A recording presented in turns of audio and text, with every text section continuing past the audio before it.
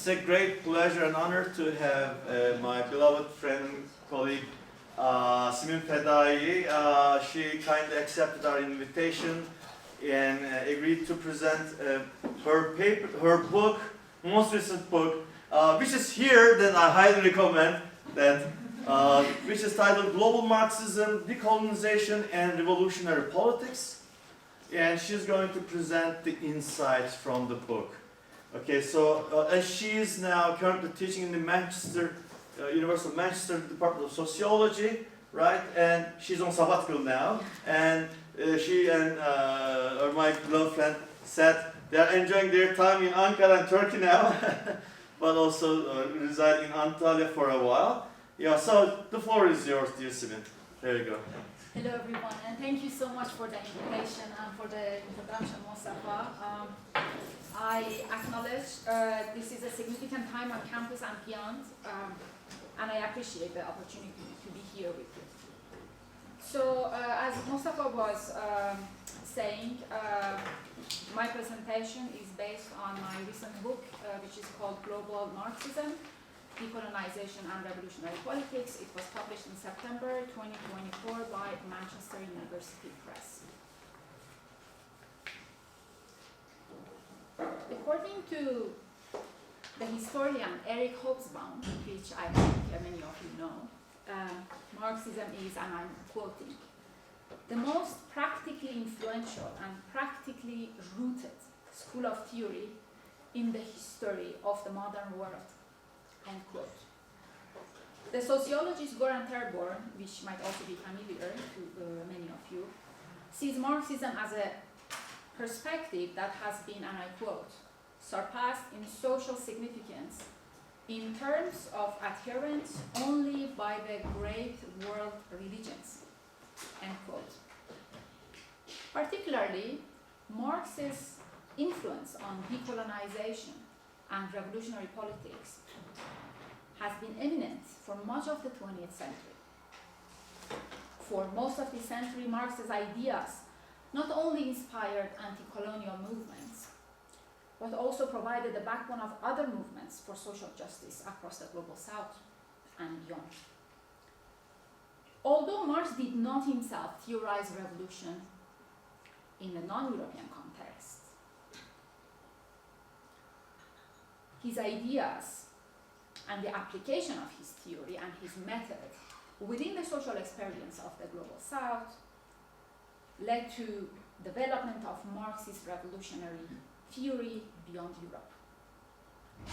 These endeavors extended and indigenized Marxism, defined not as sequence of fixed suppositions that is applied to differing realities irrespective of their specific content, but as the Trinidadian historian C.L.R. James put it very nicely as, and I quote, a guide to action in a specific system of social relations which takes into account the always changing relationship of forces in an always changing world situation. End quote. In the global south, Marxist revolutionary groups have toppled states, and they have reordered social life by forming governments after successful revolutions or national liberation struggles. In other instances, Marxism has significantly influenced southern countries' political and intellectual history. The 1917 October Revolution in Russia was the first revolution driven by Marxism. It became a model for many anti-colonial struggles, and the post-revolutionary government actively supported many of these movements and struggles. During the Cold War, a large number of governments in the global south adhered to Marxist ideas, and a number of revolutionary movements that came to power had Marxist orientations.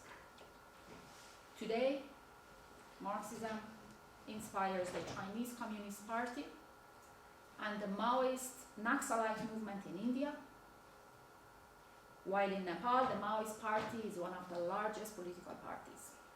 In recent elections in Sri Lanka, a Marxist president was elected, and his party won a sweeping parliamentary majority. In Latin America, Marx has inspired contemporary policies of many countries, such as Cuba, Venezuela, Colombia, Bolivia, to name but a few. These examples show that Marx and Marxism have proved to be resilient in the global south, regardless of the circumstances, i.e., even during the long neoliberal restoration that began in the late 1970s.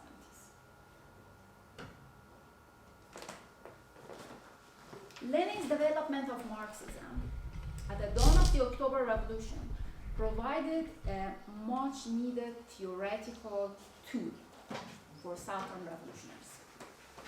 In imperialism, the highest stage of capitalism, that was first published in 1917. Lenin argued that capitalism in Europe had reached its limits.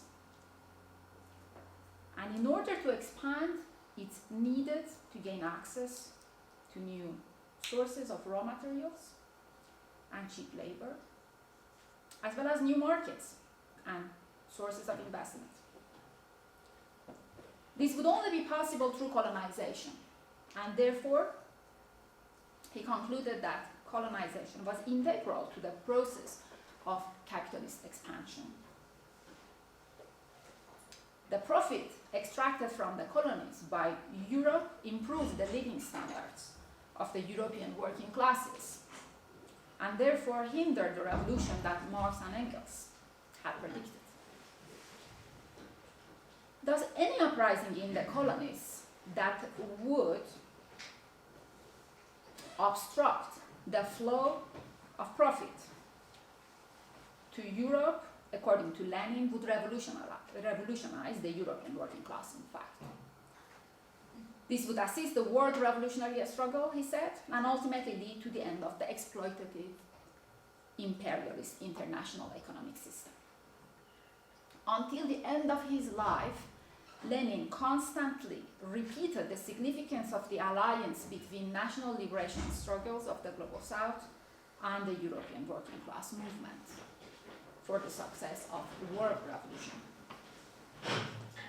However, being part of the world revolution was only one aspect for revolutionaries and those who were involved in movements in the global south. Modifying Marxism so that it could grapple with the specificity of their context was just as important. This latter effort led to the rise of numerous revolutionary thinkers and practitioners, leaders in the global south who played significant roles in liberation movements.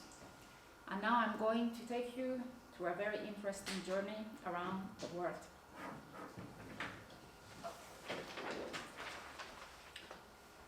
Jawaharlal Nehru believed historical materialism provided a scientific method for understanding history.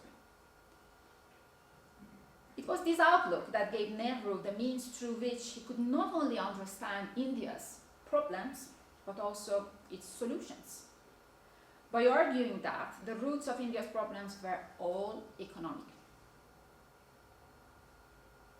Nehru believed in the existence of class conflict based on economic interests. However,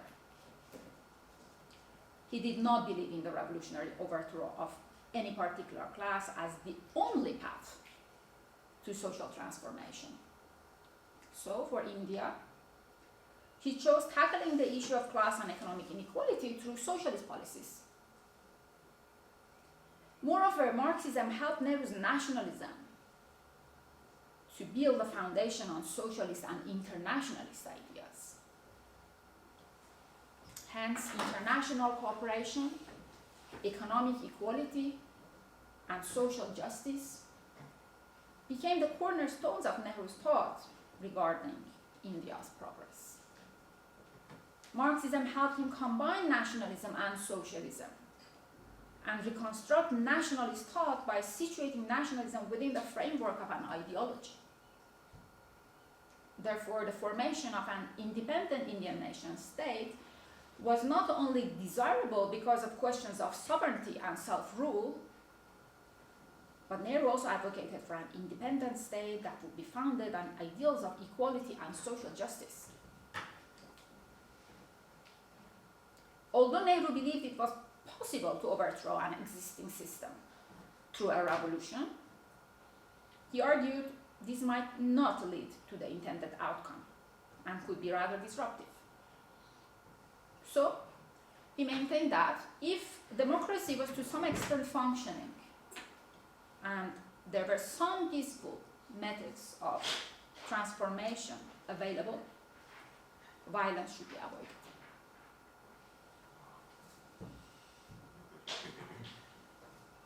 Ho Chi Minh became fascinated with and supported the October Revolution.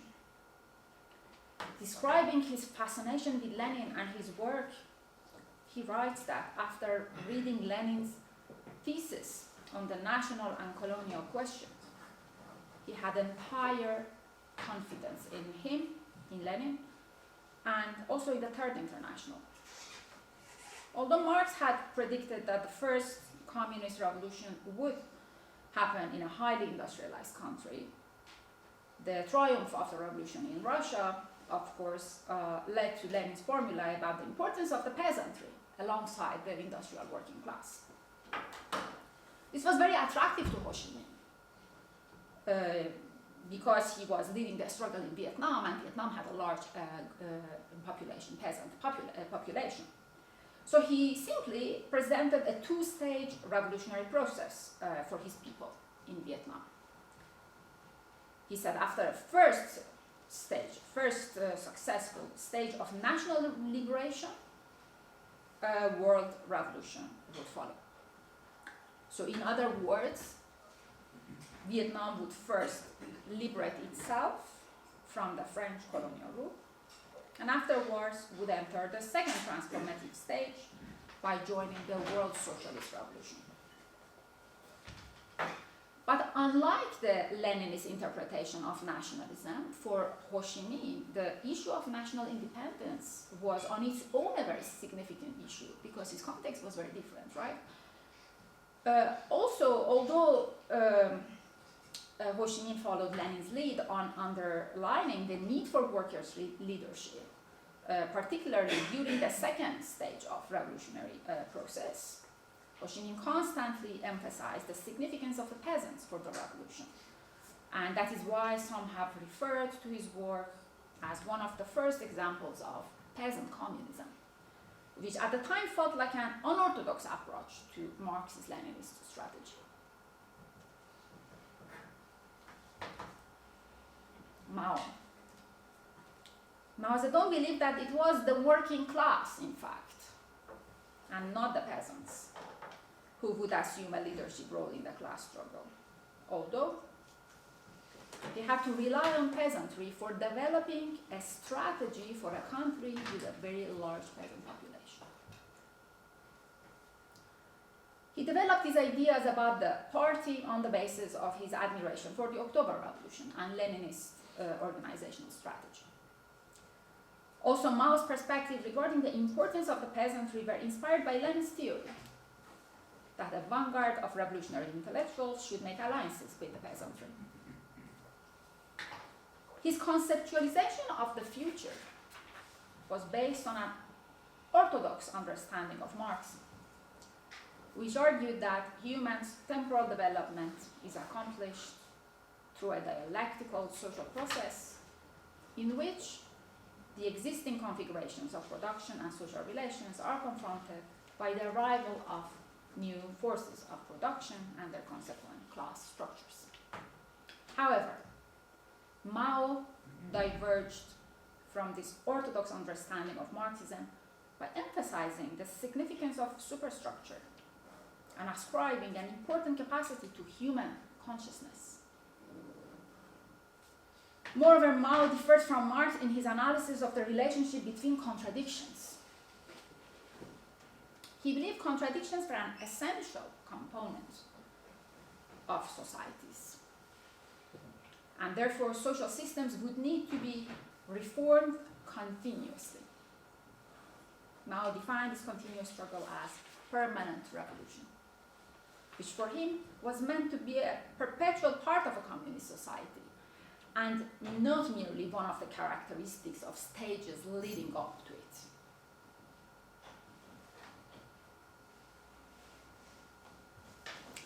We are now moving to the continent of Africa with Kwame Nkrumah. Ghana's Kwame Nkrumah provided a Marxist class analysis of African societies and argued both peasants and industrial urban workers are crucial for carrying out the African Revolution. Lenin's theory of imperialism affected his thinking and writing most profoundly. Nkrumah particularly focused on those aspects of Lenin's theory which were concerned with monopoly capitalism, the racist relations between the colonizers and the colonized, and the fact that real decolonization could only come through the organized and continuous struggle of masses in the colonies. He also became increasingly preoccupied with the phenomenon of new colonialism, which became very applicable in many African countries after independence, and with the continuation of exploitation through different means, such as multinational corporations, foreign aid, for example. So Nkrumah tried to develop Lenin's analysis of imperialism to a new level by incorporating it into the African context. He was saying that in old-style colonialism, a person or an administration could actually be taken responsible, but new colonialism, he says, was an irresponsible form of exploitation and colonialism. Nkrumah emphasized the fact that prior to colonialism, egalitarian communalism and values which communally structured resources, labor, and social relations were an integral part of African societies, in fact, but were destroyed by colonialism and capitalism. So his socialism is therefore associated with conscience, which entails the formation of a web of entangled duties and obligations towards others. It is about the reconstruction of social cohesion, which is necessary for building an anti-colonial egalitarianism.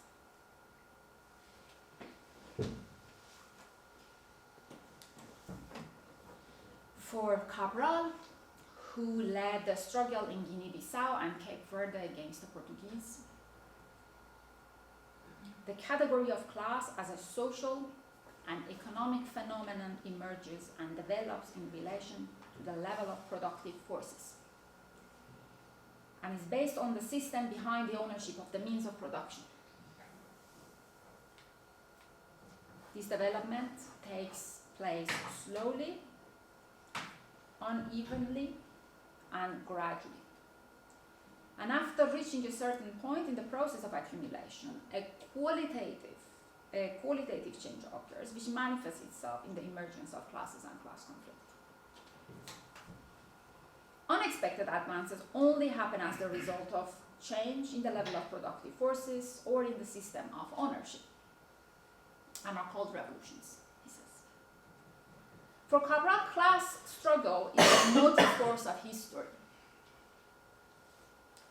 Only in a specific historical period, and that the mode of production, the level of productive forces and the system of ownership were and will be the motive force of history before and after class struggle.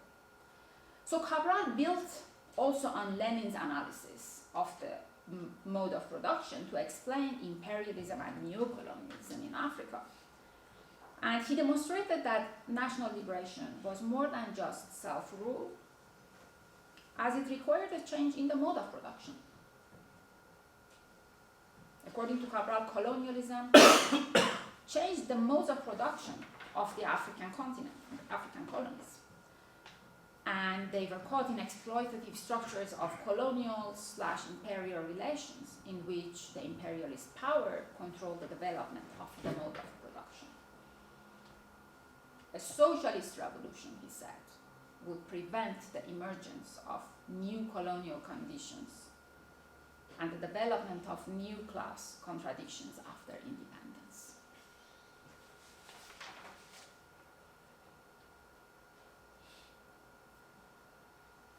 Frantz Fanon, who was originally from Martinique, but he joined the Algerian liberation struggle.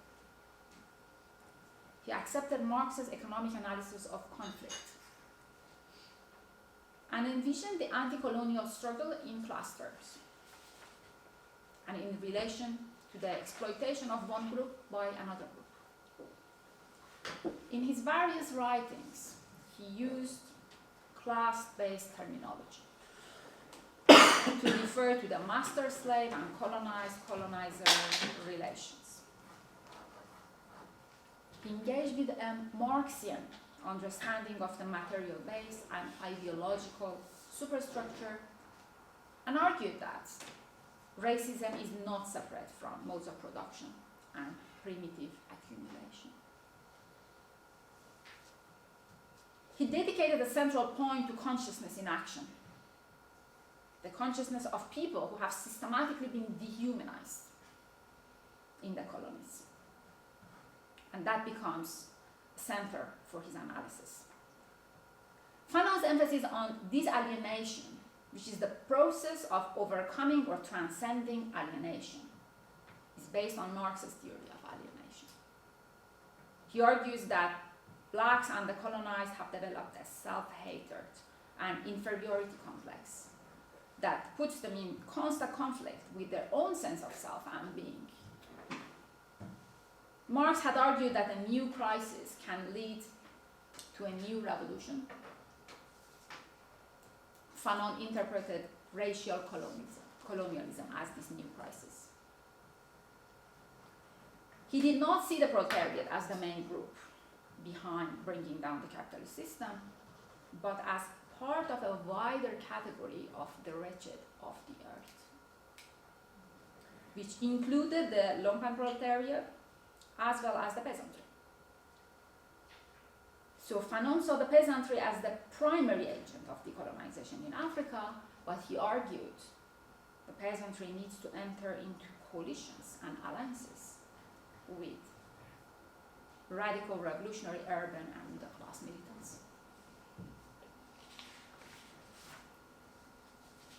A very familiar face to many. So we are now moving to Latin America with Che. One Marxist concept that Che constantly used was the concept of the dictatorship of the proletariat, which according to Marx and Engels should be understood as the rule of the proletariat. So it's about the rule of the proletariat. This is exactly what Guevara meant. He emphasized that the dictatorship of the proletariat is a method of people's rule in the context of Cuba. And I'm pretty sure that most of you know that he was originally from Argentina. He joined the revolution in Cuba. Guevara's internationalism was very much a direct manifestation of the Marxist value of proletarian internationalism. After the victory of the Cuban Revolution, Guevara focused on the political economy of the transition to socialism, which for him was very different than the political economy of socialism itself. So the transition mattered really for him. Guevara believed the emphasis needed to be on an integration and solidarity by developing a collective attitude to production, which meant perceiving work as a social duty. He knew that humanization of work, as he would call it, would require the complete reorganization of the labor force in order to make all work favorable to human flourishing. This would go hand in hand with the development of workers' consciousness as communism would be reached much faster, he said, if workers' consciousness would be raised together with the development of productive forces. Guevara placed great emphasis on the role of human transformation in the formation of socialism. These new human beings that Guevara talked about and he theorizes are for him synonymous with communist men and women.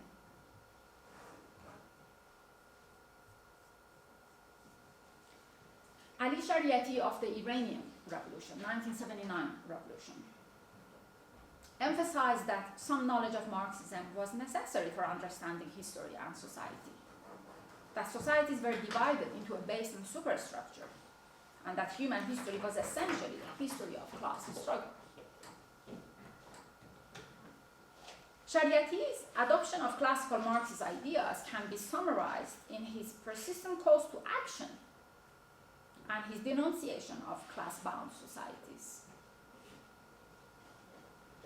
These views were perfectly aligned with his Shia-inspired call to social justice. The Shiism he advocated was a religion through which the masses could become aware of their social location, class position, and national and global conditions. Moreover, Shariati adopted a Marxian and Hegelian dialectical method in his writings, which eventually led to the development of his Islamic Marxism, a synthesis that emerged from the work that he was doing and basically combining Islam with Marxism. So according to Shariati, people of the global south could not defeat imperialism and capitalism without first rediscovering their own national heritage, which according to him was really in the global south dominated by religion. He systematically used Marxian concepts to discuss the political economy of Islam. Marxism convinced him of the significance of ideology for advancing any revolution, and he considered Islam a powerful force that could be used for revolutionary ends. Therefore, he translated Marxist ideas into a revolutionary strategy for Iran at the time by creating this ideological hybrid of Marxism and Shiism. And he promoted the idea that one could simultaneously be a Muslim and a Marxist. My last figure. We are back to Latin America. So, Marx's transformation upon his arrival in Chiapas, southern Mexico,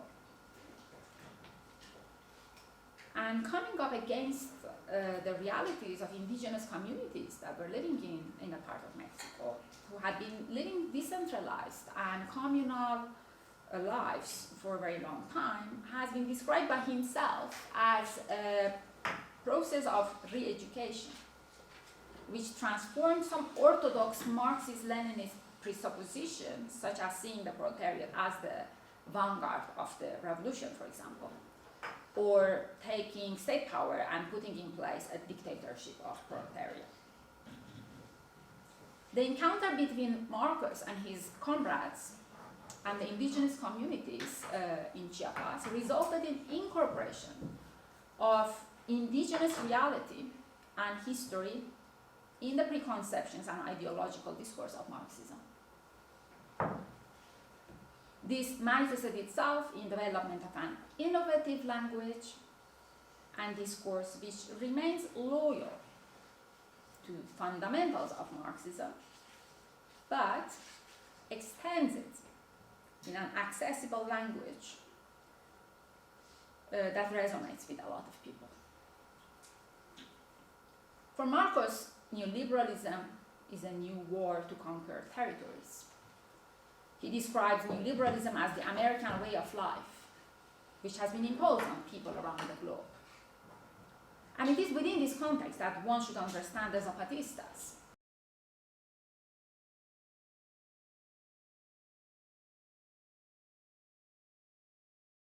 history of Marxism has shown, Marxism is a lived tradition. It has moved around the world, across time and space. And it has been the cornerstone of revolutionary practice and theory for leaders, thinkers, and revolutionaries of the Global South, and also for the collective struggles that they led or inspired in various regions, from Latin America to Africa to Asia and the Middle East.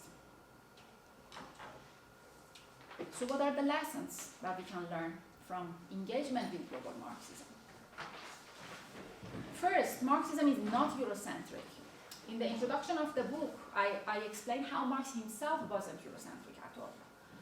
And then more than that, what is very interesting is to look at this tradition that emerged in the Global South by engaging with Marxist ideas, by Marx and Engels, and spread across the world.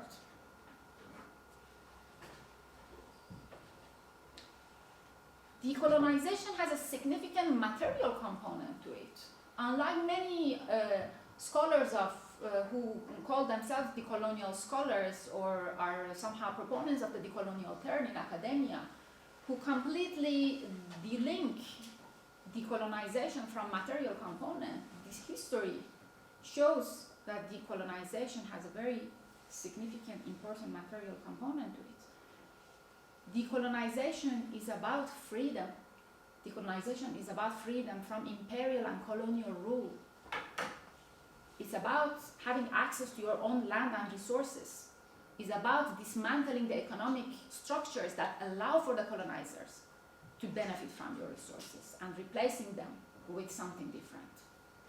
That's why in the book I argue for rejoining the discussions on decolonization and Marxism. The creative engagement with Marxism in different parts of the world and in different struggles, as we just saw, not only localized and indigenized Marxism, but it also globalized it. If you just think, for example, about Mao Zedong's theory, he put peasantry at the center of his analysis, and that was spread. That kind of a strategy and theory was spread across the globe. Many struggles and people in the Global South could relate with it. Che Guevara's theory of FOCO, which I didn't hear talk about. I mean, actually, I have not talked about so many different aspects of these theories here because there is just not enough time. But his theory of a struggle in the Global South and the strategy of winning was spread across the guerrilla warfare was spread across the Global South. Cabral, Nkrumah, Fanon, most of these theories, what they said and what they did was spread across the globe. Not only in other parts of the Global South, but also in the Global North as well. Despite local adaptations, Marxism has remained a coherent set of ideas. Yes, they were all different, as we just saw. But they all remain to core principles of Marxism, which are class struggle, historical materialism, anti-capitalism, and envisioning a world beyond capitalism, envisioning societies that are in some way socialist or communist.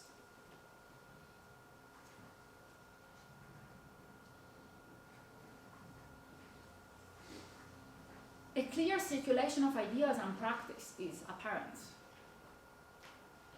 We see that most of these thinkers and revolutionaries, they work with the classical texts, Marxist classical texts, like Communist Manifesto or Das Kapital. But they also engage with each other. For example, Che Guevara wanted the Wretched of the Earth of Fanon to be translated in Cuba. Shariati translated Che Guevara's guerrilla warfare in Iran. There is this circulation which is very apparent and very interesting. Many of them were actually, they got their understanding of Marxism in Europe, in the center of the empires. Ho Chi Minh traveled from Vietnam to Paris, and he lived there for a very long time. He became himself one of the founding members of the French Communist Party. So we see these exchanges across the North-South, which is very interesting as well. we see that depending on the context, Marxism has stimulated specific forms of political engagement. So the emphasis here is political engagement. Marxism is not a theory to just read and discuss. Marxism is a theory of action. Praxis is a very important Marxist concept which brings theory and practice together. So for these revolutionaries, Marxism was about concrete political engagement. However, depending on their context, the political engagement varied. But Marxism provided that framework and methodology that helped them for that political engagement. Internationalism is a cornerstone of revolutionary politics for all of these figures and the revolutions and struggles that they led and worked with. No single figure that I discussed here saw their problems and issues detached from the bigger picture of colonialism, imperialism, capitalism in a global context, basically. They always connected their unique local struggles to this bigger picture. They were themselves part and parcel of this global internationalism that existed. For example, Ho Chi Minh, as I just mentioned, he traveled to Paris, he lived there, he went to Moscow, he joined the Communist International, he worked with the Chinese revolutionaries. Che Guevara, he was from Argentina himself, he joined the revolution in Cuba, and after that in Congo and in Bolivia. Cabral did not only work with the revolutionaries and led the revolution and the struggle in Cape Verde and Guinea-Bissau, but also with revolutionaries in Angola. So we just see that this internationalism existed, and it was really a cornerstone of revolutionary politics at the time, which is very, very important. And this is the last point here. So to conclude, we are witness to major socioeconomic challenges and problems, from the climate crisis to unprecedented global inequalities, to rise of right-wing nationalist movements, to extreme violence in Palestine.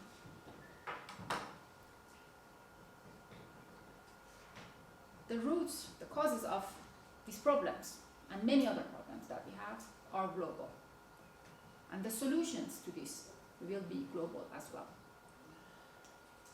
So I hope that more engagement with global Marxism and its premises does not only help us better understand and analyze the contradictions and problems inherent in global capitalist system, but that it also helps us envision a world beyond it. Thank you very much.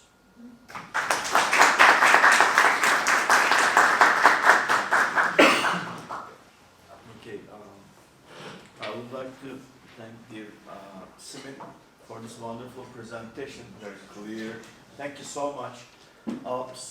Actually, I can keep you occupied for the next 1 hour or so with my own questions, but I will hold myself back.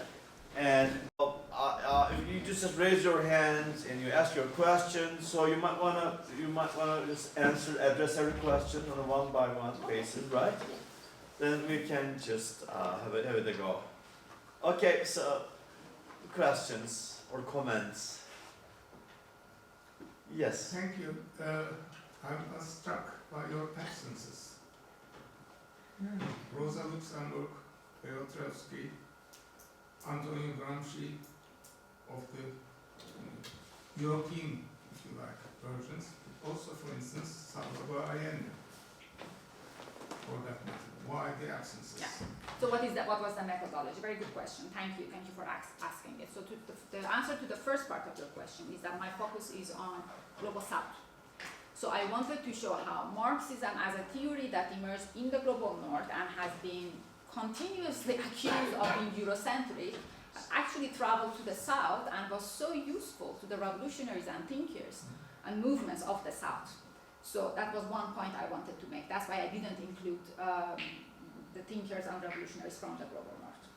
So it is you just... mentioned Lenin. No, I mentioned the influence that Marxist-Leninist theory has had on the Southern revolutionaries. So basically my focus is on Latin America, Africa, Asia, and the Middle East. And I have tried to choose, if you want to call it represent, but you can't even have representatives because they were all unique, right, in their own struggles. But I basically chose figures that were from these different parts of the world. I didn't want to include too many figures because it would just become a very big book already, I think, big enough, so it's this thick. I didn't want to make it twice thicker because I wanted to be accessible to people. I wanted people to actually pick it up and read it. So I didn't want to include too many people. I mentioned, for example, Allende in my conclusion to the struggle that he led and what happened to him, but because I already had people from Latin America, I didn't want to include someone else. But you are very right, we could add many more figures, and it is actually a very good point. We should not think that this is it, basically. This is just an example to show us, to encourage us to actually go and discover many more people who led these struggles, many more intellectuals. And I should also mention here that this was also a methodology that I chose figures, just one person, because it just allowed me to say the things I wanted to say. However, this tradition that I mentioned, that emerged out of the creative engagement with Marxism, is definitely not limited to these figures. We have these were connected to movements, to struggles, but we can have a look at these movements and struggles in various ways. We can look at their publications, their press. We can look at the art they created. We can look at the organizations that they had. There are so many different ways that we can engage with that tradition. This is just a methodology that I chose because it allowed me to say the things that I wanted to say. And thank you so much for asking the question. Well, perhaps it is not just to pinpoint the absences, but I want to pinpoint another absence that struck me: Jose Mariátegui.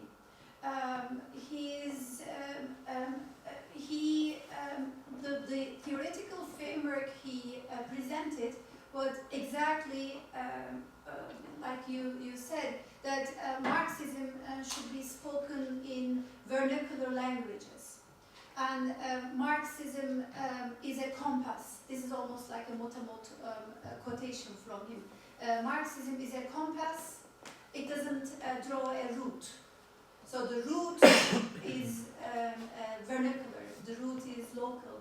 So, and he is also inspired the Shining Path movement in Peru. So I guess,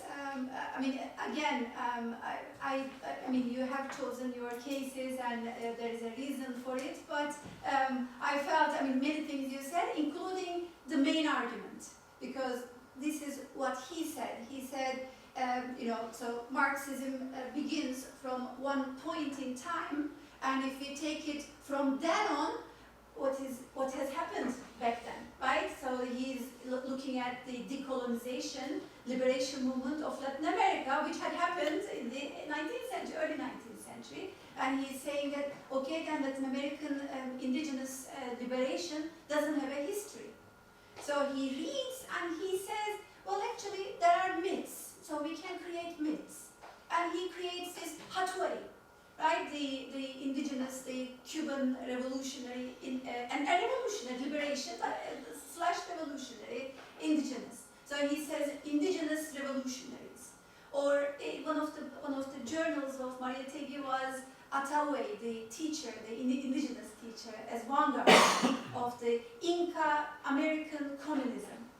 So it was, again, it is, I know it is not just to say, what about this, what about him, what about that, but I wanted to name Mariátegui because he had the same main argument as yours. Yeah, correct. Thank you very much. Yeah, very, very good point. As I said, we could have included many more figures, but I made the decision not to include many figures because I thought either we just have representatives, so the book is not too big. Some of the theories, what they were saying, were very interesting. I didn't necessarily think they would add. I didn't want to have repetition, for example. There were many reasons for choosing this, but thank you so much. And also, actually, to acknowledge here one other absence is women. there were no women in the book, as you see, is not because I didn't want to include women. Actually, I spent a lot of time trying to find a woman that I could include. But unfortunately, no women rose to the equivalent leadership level to the figures that I have included in the book, and this is because of the patriarchal structures that existed then and they exist today. And I didn't want to abstract, I didn't want to somehow undermine the structures by just including a woman. This is actually making a point that the figures who led to that level are all men. And it's a good lesson for us for the 21st century revolutionary politics. Yes. Thank you. Well, the question that I want to ask is probably being answered in your book, so I need to read the book. But since you are here, I would like to hear from you. I think what I wonder is what motivated you to write this book, because I'm not an expert in this field. I know a little more about some of the names that you mentioned and not much about the others, but I'm sure they have been being discussed. Their politics, their ideas. There must be an extensive literature on each of these names, and probably the similarities and differences between them, contextual analyses or whatnot. So I want to know more about why did you want to write such a book at this time, on this age? Thank you. Very good question. Thank you. In fact, I mentioned it in the book why I wrote it. Yeah. So the book was born out of two very conflicting emotions, feelings: despair and hope. Despair with the world that we are living in, and hope for a better world that is yet to come. So reading about these figures, researching and writing it was very interesting for myself. It opened up new horizons in my thinking and practice. And I really hope that my readers also find it interesting and inspiring. You're very right that much has been written on many of these figures, not on all. However, there is no book that puts everybody together. So by just looking at them and reading them all together, it's this very interesting moment that we realize we can't forget Marxism in struggles. I am really frustrated. I have been frustrated for a long time by many academic debates that just don't talk about Marxism anymore. When we write about movements, struggles, uprisings, revolutions, revolutionary politics, the vision we have for the future.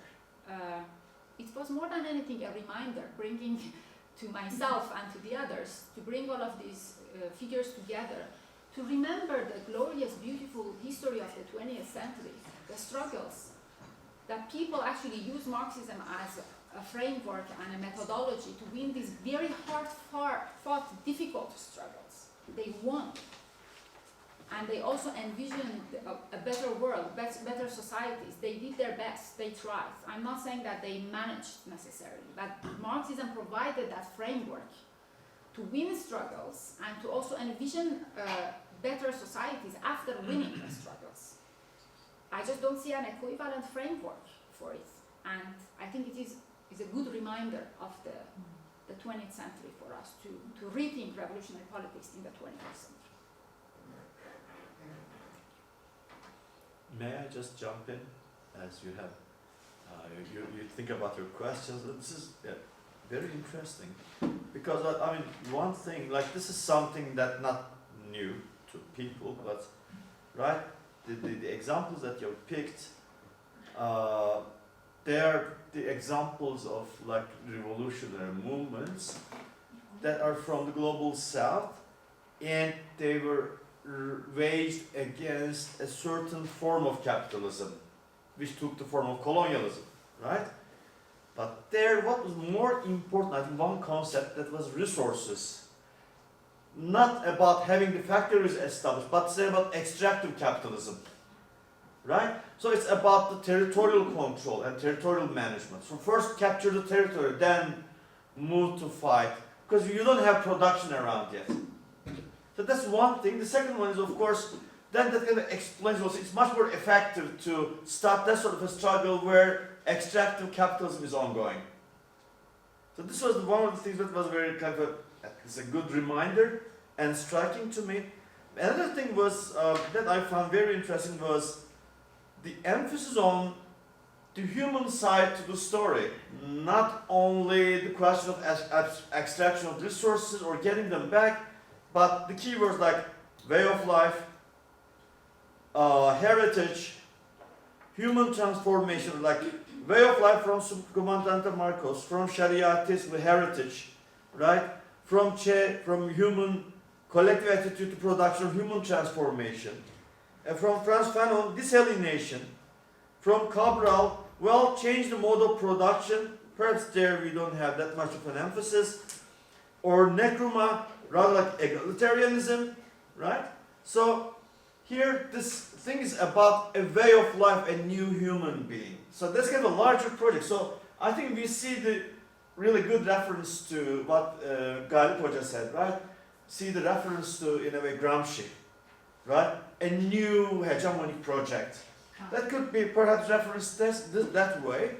Another thing that that kind of really caught my attention was that this whole story is in a way kind of also rereads Marxism as a broader intellectual project about an alternative way of living, where socialism is brought to the fore. And here also I have one question. These are my comments, what I have learned from your presentation, but would you consider, for instance, renaming your book Global Leninisms, but not Global Marxisms? You see what I mean? Like, not a global Marxism or Marxisms, but like global Leninisms. Because the strategy. Yeah, because almost all of them, like the jumping stone is like Marx, but then Lenin, then the leader. Why not global Leninism, but global Marxism? You see my question? Yes, I see your question. That is very interesting, actually. I'm quite interested in strategy. Because I'm a social movement scholar, actually. I research social movements. A lot of my work has been empirically actually studying social movements in many places. So yes, you're right, Leninist strategy became really helpful to many of them. Not everybody, but many. We see actually when we moved towards the end of the 20th century, after the end of the Cold War, we saw Comandante Marcos and Zapatista uprising, they actually distanced themselves very, very heavily from Leninism, right? Or in some other struggles, we see that Leninism was quite strong, and in some others, it was not as strong. So yes, Leninism was a strategy that became really useful. It was very useful to win the struggles that they wanted. But the most important thing, when we go beyond strategy, is Marxism. In fact, there's a bigger category of Marxism. The writings of Marx and Engels, but also everything that emerged around it. As I said, most of them first started engaging with the classical texts of Marx and Engels, like Communist Manifesto and Das Kapital, but then they also went beyond that by looking at other Marxist texts. So it was, in fact, Lenin who provided the strategy, but Marx and Engels have provided the bigger framework. That's why I think it is a book about global Marxism. Yeah. So it would be interesting to see perhaps a follow-up on like a Leninist and non-Leninist, other strategies kind of compared and contrast, perhaps a follow-up book or article, right? Because it would be interesting to see, because I mean, you wrote that book at a time where there's a need for change, but we are in that kind of a dark place between what's dead and what is not born yet. So if it's about strategies and what to incorporate into new struggles, what would be the other potential like paths of struggle? So that sort of thing, I think discussion is still needed. That is this one lesson that I have learn from this presentation too. Thank you. Like Yeah, thank individual you. thanks to Yeah, you thank too. you, thank you. Okay, No, I sorry. think it is really, really important question. Yeah. Actually, we were just talking with a few of colleagues over lunch. Yes, Attila also. Yes, yeah. Thank you for your speech. I'd like to ask one question, like a critical one, but a critic is not mine. I don't agree with the criticism, but like, and it's not entirely made up. Recently, the leader of the Kurdish movement in Turkey, Abdullah Öcalan, and he's not a free person, so he's in jail. But let's just disregard that and assume that he just means what he says. He made a declaration denouncing the Kurdish movement and the desire for independent state and armed struggle is a product of Cold War. I said, this is like too late, we need to give this up. I don't agree with this, but of course, although they denounced Marxism-Leninism, this movement started in the late 1970s as a Marxist-Leninist movement. Later they gave it up, but it remained a left-wing movement, right? Now probably he's denouncing that as well. But there's this criticism, right? These post-World War II decolonization process and the nation struggle movements were influenced by Marxism because of the Cold War, right? It was just like a coincidence kind of thing, right? It happened to be at the time of Cold War, so they had these two models and two poles in the world, and they choose one. It wasn't a real influence of Marxism. How would you, probably Öcalan is saying the same thing, how would you respond to this I disagree. I criticism? disagree with this. I don't think they adopted and indigenized Marxism in their local struggles across the global south. These are just examples, as I just mentioned, right? We can name so many other examples, only because it was the Cold War and there was the fight between these two big camps and Marxism was representing one. I don't think. I think they just found Marxism as a framework and a methodology very useful because it resonates with people. It resonated with the struggles, with the people who were in the struggles, you know. People living under such difficult circumstances, their resources being exploited, their labor being exploited. It just resonated with people, and I think until today it resonates with people. It is a methodology and framework that helps us understand the problems and contradictions that exist in our societies and at large, and it helps us overcome them. I just don't know a better theory and framework. I think actually movement leaders, thinkers, sociologists, political scientists, they have for all these years tried to somehow replace Marxism or find a substitute, but I just don't know a theory that has been as helpful, and for me Marxism until today is the most useful way of thinking about the world and also thinking about not only analyzing the contemporary situation but also thinking about the future, envisioning a different world. To me it is still the most helpful. Yes. I also think about the presentation. I would like to ask a specific question about related with Ali Shariati. You mentioned I'm a social movement scholar.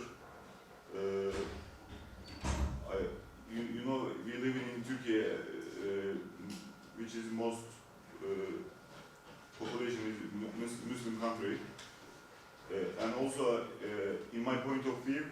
There is a common point between Marxism and Islamic thinking, such as socio-economic problem, inequalities, climate change, right-wing movements, and so on. While preparing the book, what do you see? I would like to about the combination of Marxism and Islam. What do you think about this? Because you mentioned Ali Shariati was trying to establish a theory about a combination Islam with Shiism, and also our problems are global. Means that the solution will be global. Thank you for asking the question. I think what he did at the time of the Iranian Revolution was very important, and it resonated with a lot of people. He didn't belong to any political party or anything.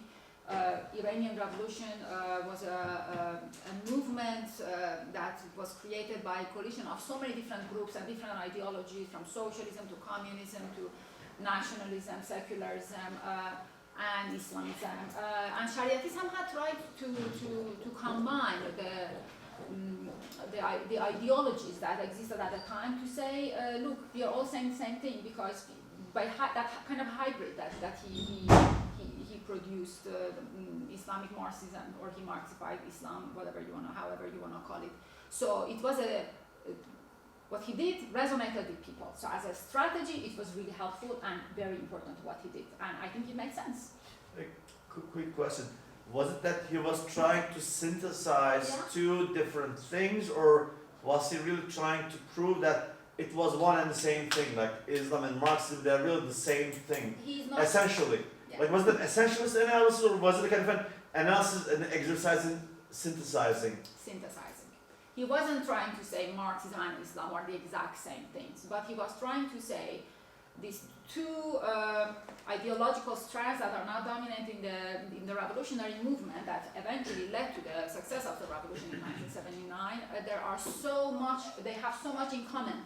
So instead of fighting, and instead of thinking that we are two separate parallel ideologies, let's just focus on our similarities and commonalities, and somehow it worked.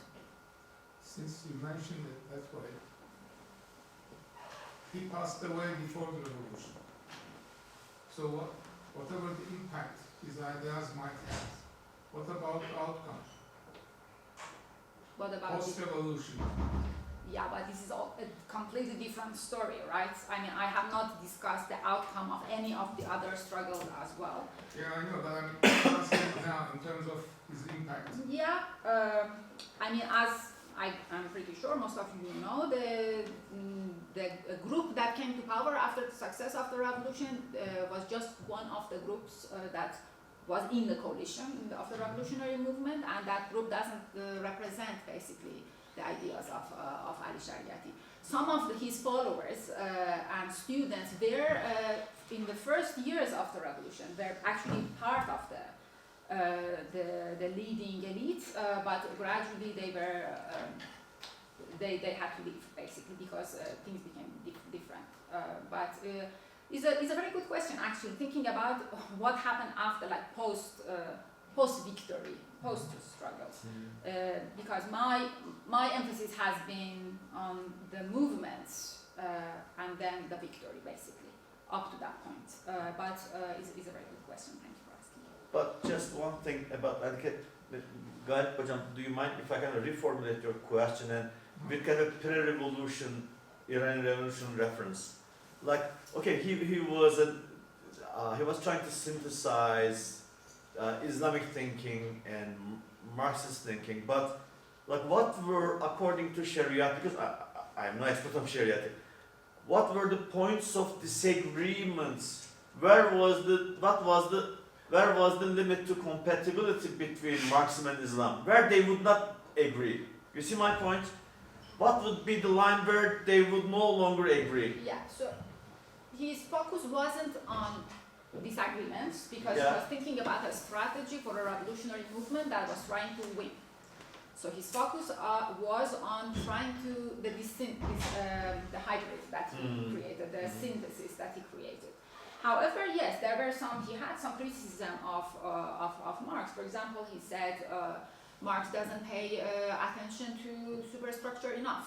For example, religion plays such an important role in the global south and in the context of Iran, for example, and by looking at Marx in a very orthodox way, we neglect that, and then we cannot actually speak to the masses, because the masses are religious, and the masses believe in something that Marx perhaps didn't pay as much attention to, for example. This was just one of, but really the emphasis wasn't on saying what are the points of disagreement. Exactly. It was the opposite. Okay, thank you. Questions? Yes. Sorry, I have a question.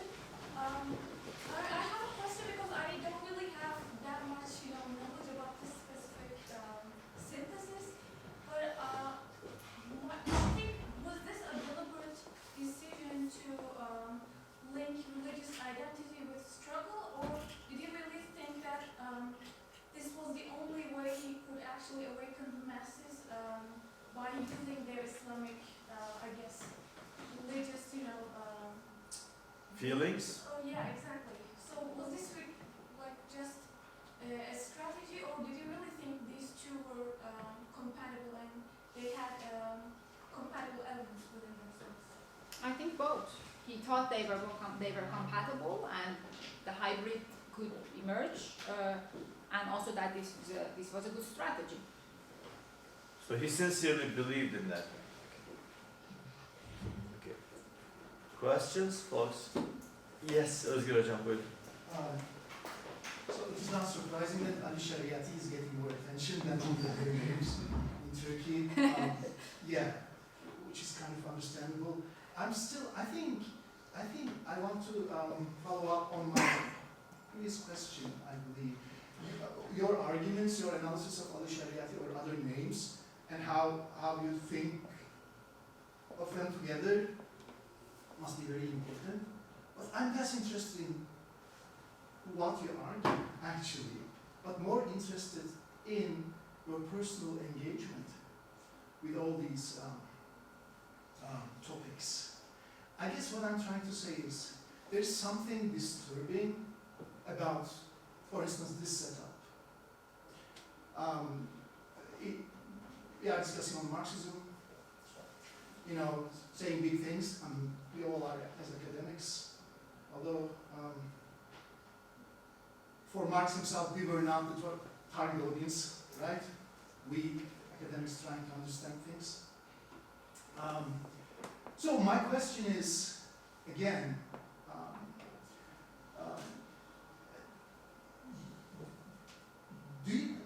what is your perception? What is your observation on your target audience? I mean, who are reading your book?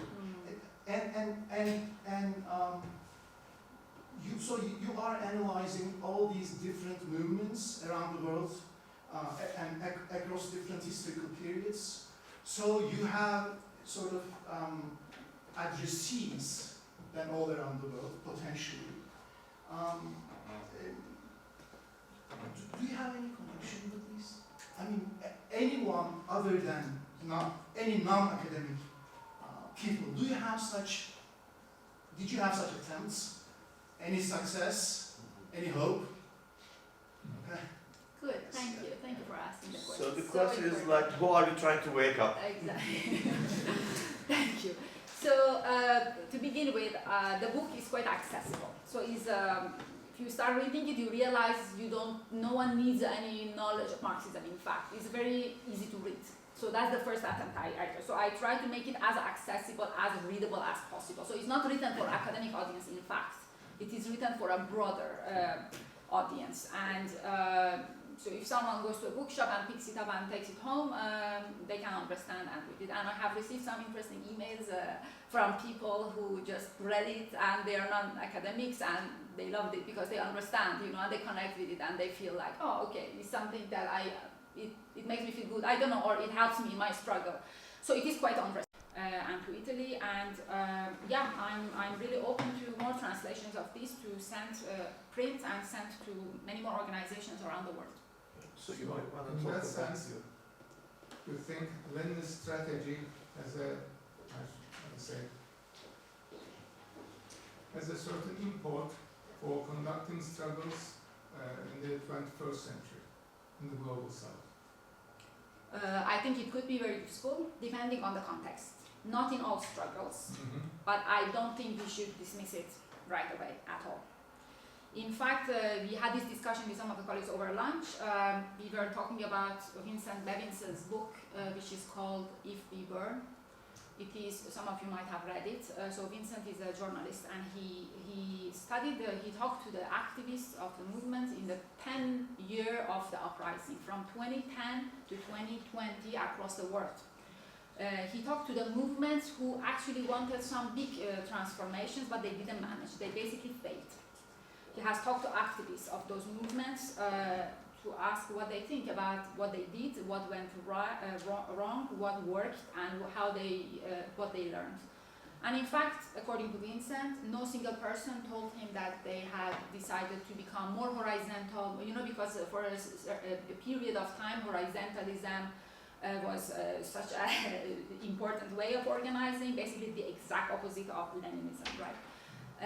He says the opposite. He says that activists now think actually Lenin's strategy can be useful because they realize that, not of course in every single occasion, but that it has to be backed, that it has to be taught, it has to be considered. Because the horizontalist strategy didn't work in many instances. The horizontalist strategy led to cooptation of movements by right wing, by mainstream media. The movements just disintegrated because they didn't have a coherent structure themselves. At some point they didn't know what they wanted, what they didn't want, and it just became problematic, and they became frustrated activists. So I'm not propagating for just going after Lenin's strategy, but I'm saying that it has to be considered, and in the particular context might work, yes. Okay, so any questions, further questions? I think we have covered a lot of ground, and I still have my notes and my bright ideas, but I'm not going to bore you to death with all of them. So do you have anything else to say or to add to what you already said? No, thank you so much for your questions, for comments, and for listening. So then on behalf of the Department of Political Science and Public Administration, thank you so much for coming, for accepting to present this wonderful book. Thank you so much. It was great. Thank you so much. Thanks.